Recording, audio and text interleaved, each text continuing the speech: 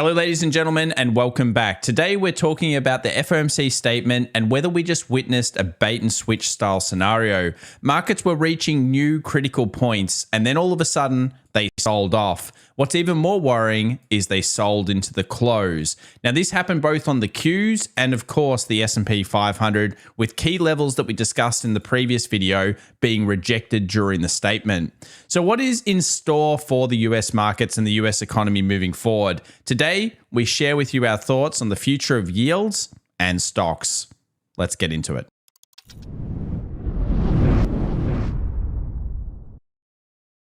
Well, welcome back, everybody, to The Daily Show. If it's your first time here, why not consider subscribing and, of course, smashing the thumbs up if you find value in today's video.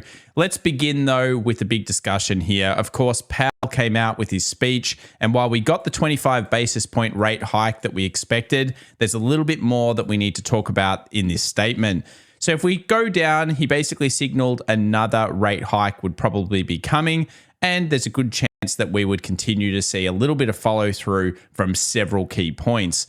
But I think there is an interesting fact here. And then one of the interesting facts was that while Powell was assuring everybody that it's all great and everything was well capitalized and sound, it does seem like there is still a lot of weakness that's expected to happen into the economies. Fed Chair basically played up expectations of a worsening credit crunch that would essentially do the Fed's job by hurting the economy and the labor market while helping to combat inflation. Over on Twitter, I shared some thoughts here about this particular thing, and I want to just quickly go through some of my thoughts from the perspective of what we're going to see next. Now, I also want to mention a very key quote here, which is from Stanley Druckenmiller, and I think this is a gem to remember. In the past, we have never once seen inflation, once it gets past 5%, being combated back down to the expectations of what the Fed has, which is 2%, without the CPI number coming underneath the federal funds rate. So it's pretty clear to me the Federal Reserve will have to keep funds quite high until we see the CPI number come underneath. We've also never had a soft landing after inflation has ever been above 4.5%. Now, I think that's a really critical point that a lot of people are overlooking when it comes to this. Let's go through some of our key points from the FOMC statement summary, which we've got here on Twitter. The first one is there was no direct mention of bank failures in the recent statement. The statement did not make any explicit reference to the bond market volatility that we've seen recently. And the Federal Reserve reiterated that it was committed to previously announced quantitative tightening QT plans. So this includes reducing its holding of Treasury securities, agency debt, and agency mortgage-backed securities. Now, recently, what have we seen happen? Massive liquidity injections to help Silicon Valley Bank, Credit Suisse, and the general regional banking crisis. So that's a very interesting point. The statement also acknowledged that there will be a lag between the tightening of policy and its effects on the economy. And of course, the Federal Reserve emphasized that it is strongly committed to returning its inflation to the 2% objective. We already know this is what they're going to do. Here's where I think things get really weird. Take a look at this dot plot here. This is the Fed dot plot. So we've got a terminal rate. Okay, cool. We're getting close to that. All of the board members kind of agreeing in 23. But look at the rate cuts. They're not really expecting to do any rate cuts until potentially 2024. Now, the bond market does not currently agree with this, which we'll look at later in our analysis. And what you'll find here, look at these dot plot points. What is this? The most disagreed board members ever? I mean, almost none of them agree on what they're wanting to do, and they tend to not agree anytime in the future as well. So I would say the harmony at the board at the moment is confused. They don't know what's going on, and they seem to all be thinking that there is no recession forecast. In fact, only one participant did forecast a small recession of negative 0.5%. Now, this is despite everything that we know about what the bond market is telling us, and we know also the Fed tends to get this wrong. They're never going to say a recession's coming. They'll just never say it. So we know using some of the charts that we've used recently, which tells us that the Fed tightening cycles always seem to break something. Here are all of the key points that we've broken in the past during a tightening cycle. We're now facing a level where we're most likely going to see a pivot. The bond market has told us that. Watch our previous video, literally tells you that it's most likely coming. Now we're seeing it coming, and it means something is broken in the economy. We don't exactly know how bad it is, but that's a very interesting point. We also know that when something breaks and we enter into a recession, remember one of the Fed's points there was we expect the credit situation to get potentially worse, and we also expect unemployment to rise. Now, generally when unemployment rises 6 months from that point, we go into a US recession if we have yield inversion. We also know that since the Fed will be pivoting soon, something is sick in this economy. And while I'm not suggesting that we're going down these amounts or any of these amounts in general, generally speaking, we have seen new lows. Now, with all of that combined, what else have we seen? Well, something else I shared on Twitter just recently was this post over here, which had to do with Federal Reserve liquidity. Now, we had a massive injection that I'm sure by now most people are aware of, but that injection has drastically come down in recent days. So look at this injection. This isn't just one thing that the Fed's doing. Believe me, it's a few things that the Fed's doing here. It's kind of the signal that I use, and I will share it here on the channel, so make sure to subscribe. But basically what it's telling us is they're instantly going back into tightening. Oh, we overdid it. Oh, we had to pull that back down. Let's get back down to this zone here and maybe even push it a little bit further. This is complete manipulation of the stock market in a chart. That's literally what it's showing us. And we need to be aware of that right now. Now, just in another story moving forward, of course, we also have Coinbase getting into trouble before we go into our general discussions. SEC plans lawsuit against Coinbase, according to the exchange. Wow. Another big story, another big hit to the crypto markets. We'll look at Bitcoin a little bit later on in today's video. So what does this mean for moving forward? Well, basically it means the Fed doesn't seem to have any idea what it wants to do because they all just disagree with each other about where rates should be going. They're going to be looking at every data point. There's no doubt about that. So data is very important moving forward. Unfortunately, every news event will move the markets. And we know that target rate probabilities for the 3rd of May, I mean, economists have absolutely no idea what's going on. 25 basis point hike or not? Pause. It seems to be 50-50 at this stage. I'm sure that will change. And as we know, they tend to get it wrong. What about smart money versus dumb money in the last 24 hours? Well, we've seen smart money drop back a little bit and dumb money kind of purchasing just recently at this trend line area of the S&P. We'll look at that a little bit later on. But as we know, smart money tends to buy the dips and sell the rips, and dumb money seems to do the absolute opposite of that, and they tend to just buy everything they can. So I want to bring up an interesting other stat as well, which has to do with the US 2000, the Russell 2000. We need to be watching that like a hawk. And I would suggest that you put alerts on the Russell 2000, because if we're worried about bears really resuming in this market, and let's say the Fed continue to pull away the stimulus, we need to be careful about where the Russell 2000 breaks below. So this is a quick round trip for small versus large stocks. We've seen small caps do well and then all of a sudden get thrashed recently in February into March. Now, a big part of this is, of course, the crisis in the regional banking sector. When we see small cap, large cap ratios move like this, what happens to everything? Well, it all kind of goes haywire. Look at the 12-month results, actually negative for the small cap side and the ratio here. This is not great for stocks. 35% of the time, 2 weeks later, we're not doing so well. And even 6 months later, we're not doing so well. So kangaroo market pretty much continues to be confirmed here throughout 2023 into 24 until we get more clarity on the situation. We just don't have that yet. What about S&P 500? How does that perform? I would say lackluster. We get a lot of 60% here. If you know anything about the stock market in general, over a 6-month period, it should be a lot more than 60% bullish. So again, when we see reads like this, we've either been in lagged kind of growth, bottoms sometimes, or even just like kind of sideways periods. It doesn't necessarily mean we're at absolute pinnacle of terribleness, but certainly kangaroo style kind of gets engaged. So let's have a look now at what happened to the yields over the last 24 hours. And I'd say that the market priced themselves pretty damn well, because you can see here with the yield curve, there's not too much shift.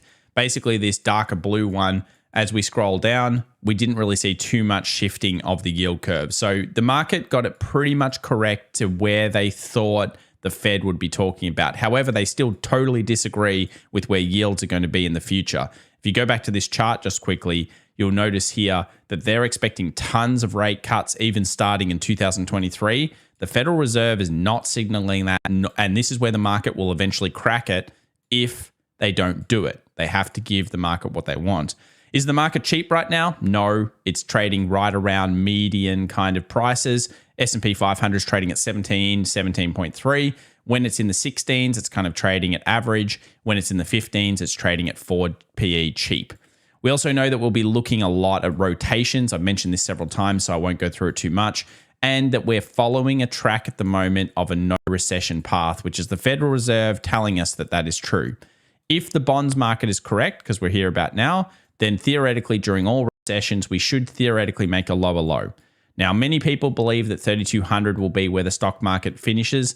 I'd say that we reached a huge portion of that when we got into the 34s. Obviously, we got close, 75% of that move. So we're probably around the average right now. Of course, expectations are still that if a recession occurs, we should move lower.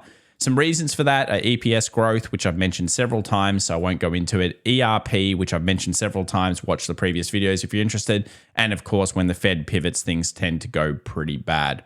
So let's jump into the charts now, have a look at the VIX. Start off with the VIX. Not really a huge spike here. The markets didn't move enough to outside of like an area to freak the markets out from a VIX perspective. With the zero DTEs as well, we see that the VIX hasn't been as reactive to some of these news events. We're seeing a lot of options in less than 10 days rather than being pushed out. So that's a big change in the markets that we have to continue to monitor. We also know that when this occurs, when the 2-year has gone underneath the federal funds rate by a lot, like it has just recently, that usually signals a pivot. Generally, the Fed won't hold for very long. They're pretty sooky about that. They tend to start cutting. But you can see that in previous periods, they've still usually, when they've actually pivoted, reached their terminal rate, which is the highest rate we get to, we tend to sit, and then we tend to see cuts. So I think there's a high chance that we're going to be at the pivot now. I mean, that's pretty much what the Fed's telling us. We already suspect it due to the bonds market. Here are the 2-year yields. We're back down in the lows. We haven't seen a breakout below. I would set alerts for that just in case. If yields start to dump off more, be careful of energy stocks. They will perform very poorly. And gold should theoretically do a lot better if that starts to occur. That is a little bit different to how most people see it. I'm telling you, it's a big correlation kind of matrix out there. US 10-year was not able to get through 3.32, which is a big level because if we get through there, the economy is sick, it needs support bad, and you also will see things like treasuries start to do a lot better. HYG, this is high yield junk bonds. They had a little rally and then they went, nah, it's not so good. Again, we start to see junks moving to new lows. This is a critical level down here. Set alerts. I would say that's a big zone. If that starts to move down and we're in the middle of nowhere in the stock market, be cautious. You know, HYG, it's no joke. Junk bonds do bad things happen. What about treasuries? They had a pretty good day.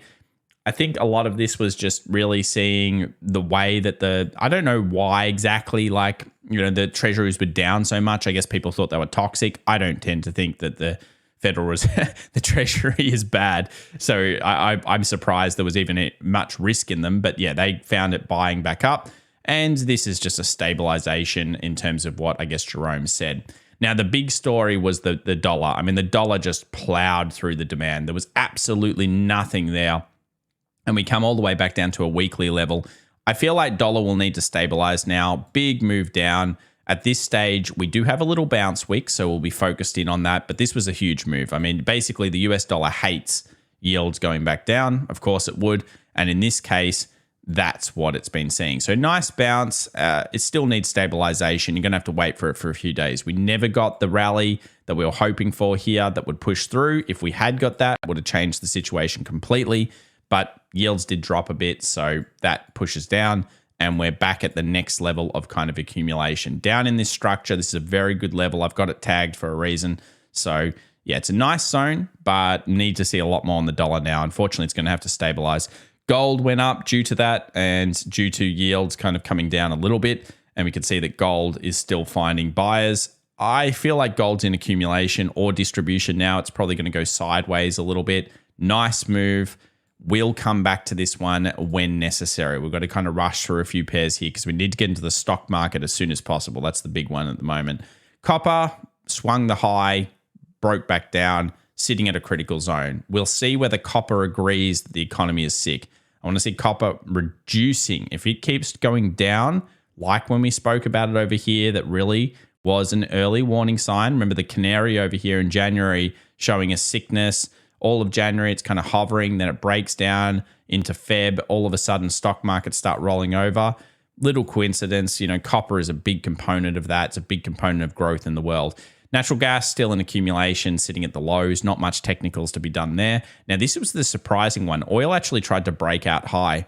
So it actually moved out above this high here, which kind of signals at the moment that you'd think that dips should be ripped. And that's the kind of way that I'm looking at oil at this stage. Even though I'm not super bullish on oil, although it did hit 65, which is an amazing level for long-term investors. I'm sure they love that level. It's all about yield. So if we see yield starting to creep back up to more where the Fed seems to be sitting on the US 2-year, etc., then maybe we'll see oil increase. But at this stage, you can see that it broke out, and I would guess that dips get ripped at this point for oil. Let's move over to Tesla. So we're trading at one of the most traded levels, which is, of course, here on this POC volume profile. We saw the 61.8. I can see why it might sell here. Initially, we talked about this zone. This was the second zone. So sellers came in. But I think it's more important that we actually scroll in here and just understand what happened on the market in the last 24 hours quite a lot. So you'll notice that probably a lot of people had stop losses just above here.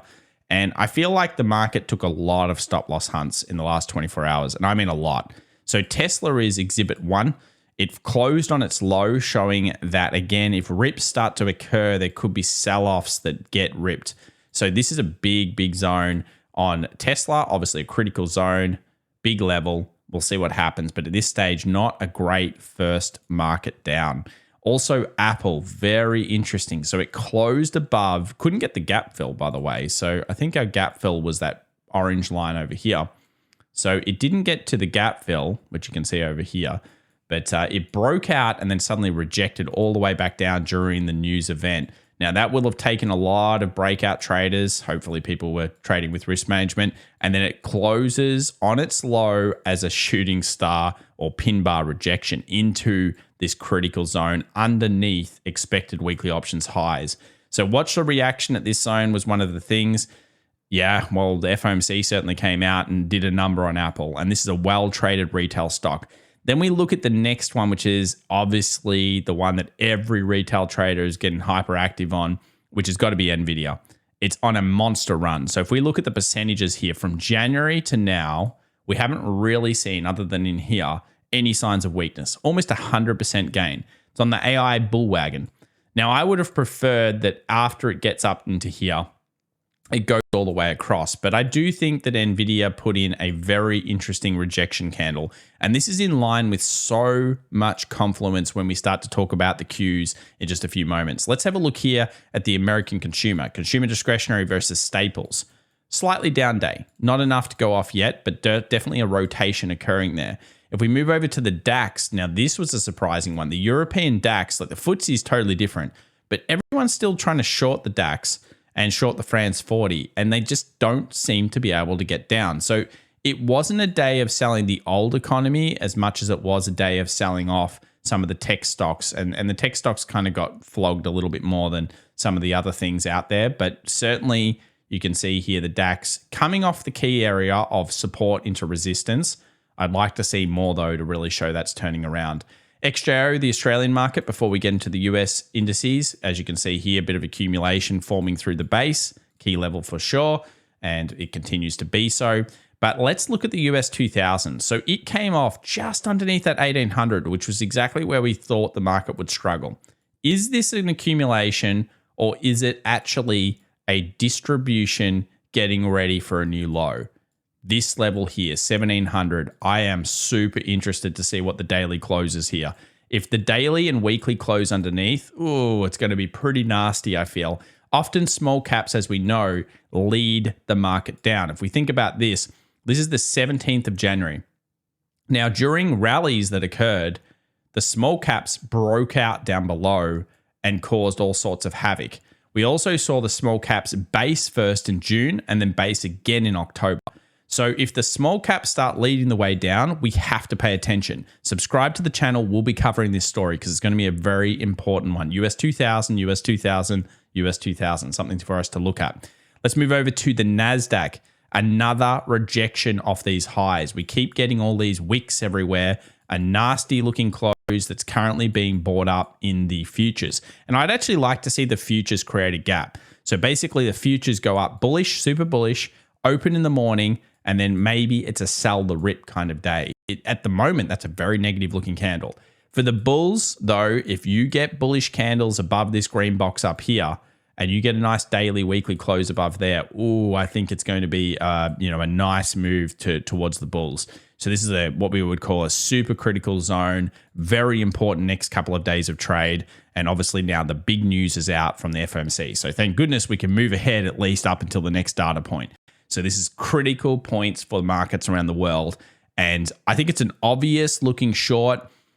I still would like to see the markets come back though, and then potentially turn. And that will make sense with the S&P 500 in a moment. Here's the cues. They swung these highs, instant rejection, interesting level. We had, of course, watched the reaction around this zone straight on that line. You can see bang up, super wick down, critical zones being found here. The S&P 500, let's look at that. SPX closes on its low. Again, you have to focus on these closes. A close on the low usually means, just like a close on the bull here in the previous session, we did rally. Then, of course, we dumped, but we did have a rally. With these bearish kind of candles, usually if we look at it, there's more to come, a little bit more to come at least. So we're currently structuring like this. If we do see rallies, you'd have to think at the moment it's a sell the rip. Now, of course, make your own decisions, but the point is that that's what the technicals are kind of showing us here. The liquidity is being pulled back by the Fed. I'm updating you here live as much as we can for that type of stuff. If we think about the trend line, this is that little trend line that people draw. I don't really care about the trend line, but these are the two that I think made the most amount of sense. Now, there's a lot of levels here, so I understand there's a lot of levels here, but this watch reaction at 40.16, and then I put this out on Twitter with technical levels around this 40.47 to 40.80. I felt like they were critical zones. Now, the reaction to 40.16 was literally get through, dump, get through, steal everyone's stop losses, dump. And this was a classic from one of the courses that we have, which is called the Advanced Scalping Masterclass. I'm telling you, it's very replicatable. The way that this played, the way that this worked out was sneaky. It was all of the nasty things that Wall Street loves to do. But it was a very replicatable setup, and the sell became very apparent in here that it was going to occur. You got a lot of rejections off the highs, and once you'd seen that secondary rejection, very, very clear that it was going to sell for the rest of the session. So it's all about creating repeatable steps. Now, what do we think about this? Well, we made it down to a 61.8 of the last pull, so certainly a little zone. It's a little zone, not very. The problem is it's not very good. I think a lot of people were targeting the unfilled gap, so that's now been filled. Congratulations. That was one of our theories in the previous session. And now I've got a couple of concepts. One is kind of like that. If that occurs and we breach back through, I feel like we probably actually go bullish. Now, I don't suspect that's the one. There's also consolidation Friday and Thursday, which will be boring. And there's the more likely one, which I think is more of a rip kind of back into this structural zone that was created, and then possibly go back to this most traded level where we might see the bears recommit. That's a big candle, and often those need to be faded, but it closed on its low. So at the moment, there is weakness in this market. We made a significant shift over the last 24 hours. So you'd have to think that if rips do occur, there are probably nasty bears floating around, or nice bears, I don't know, sitting in these markets. What do you think in the comments down below? Let me know very, very soon. So that's something that I think we need to be paying attention to on the US 500, and certainly the closes, both on the Qs and the US 500 and the IWM and pretty much the Dow, all show bad things with our. What about Bitcoin? Well, Coinbase doesn't help the scenario here. Obviously, it's another blow to the crypto verse, but Bitcoin's still broken out past 25,200. Did we see a rejection that actually switches it here? Probably not. It actually held this little low, which you can see. I don't know what to think about with the crypto. I mean, basically, my thought process has always been that we should move towards 30,200 once we break through. I know all of this is significant structure. I also understand why it could sell off this 29,000 because, of course, you've got the supports here, the beginning of kind of this supply structure. I usually like to see it go into the middling zone, the fair value zone. At this stage, we're still technically up, even though we saw some weakness in the last 24 hours. If the stock market freaks out, though, and somehow sells off, I don't suspect it'll sell huge. But if it does in the next 24 hours, crypto would be in pain. The coin stuff doesn't help it, but overall, it'll do what it needs to do. For the week ahead, what's left? A bunch of stuff coming out, of course, for Europe. And then, of course, we have Friday, which is the flash manufacturing services PMI, 9:45 New York time. If you enjoyed today's video, then make sure, of course, to subscribe and follow us along on the social medias. We do have our March giveaway, which I'll draw now. So good luck. And thank you so much for being part of the community. And we really appreciate each and every one of you. So I hope you have a great day. And I hope you were able to look through the market and actually find some opportunity. So let's run, of course, our promotion, which was just a real free giveaway to say thank you to all of you. We'll do a pick random name now. And we've got, I believe, 4 prizes to be drawn. So let's draw those prizes now. We'll go from the bottom up. So that means that the first person will win the 4th prize, the 3rd prize, the 2nd prize, and then the 1st prize. And the 1st prize is, of course, group mentoring with me. So I hope you win. Let's see who wins, though. So the first person, Andrew Thompson, congratulations. Let's now pick another name.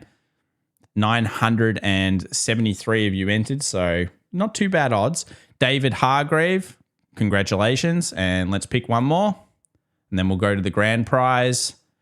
Jonathan Madden, congratulations.